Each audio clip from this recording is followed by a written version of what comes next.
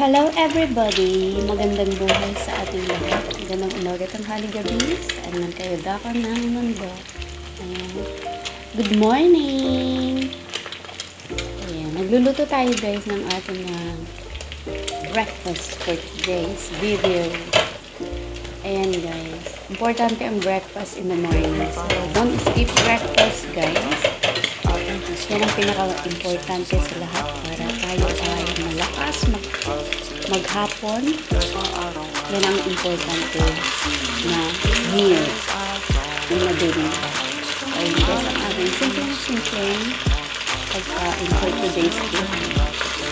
Sana na kayong lahat, kumusta naman kayo? Anong breakfast ngayong araw na ito? Sana nakabigay sa atin ng lakas. Sarap dito. Simple lang. Of course, hindi natin kalimutan ang ating rice. Dahil for today's video, one ano lang ng rice ang aking kakainin. For today's video only. Sometimes, for today's video, iba na naman. Ganun, di ba?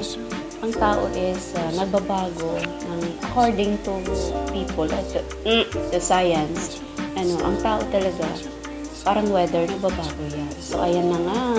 Kain na tayo, mga darling. Ayan, lagyan natin ng vegetables, of course. Lagyan natin ng... Ayan, nagpainit muna tayo ng tubig pala. Para sa ganun ay... Ano naman tayo, magkakape tayo. Kasi perfect combination of breakfast is coffee or tea. Diba? Or water.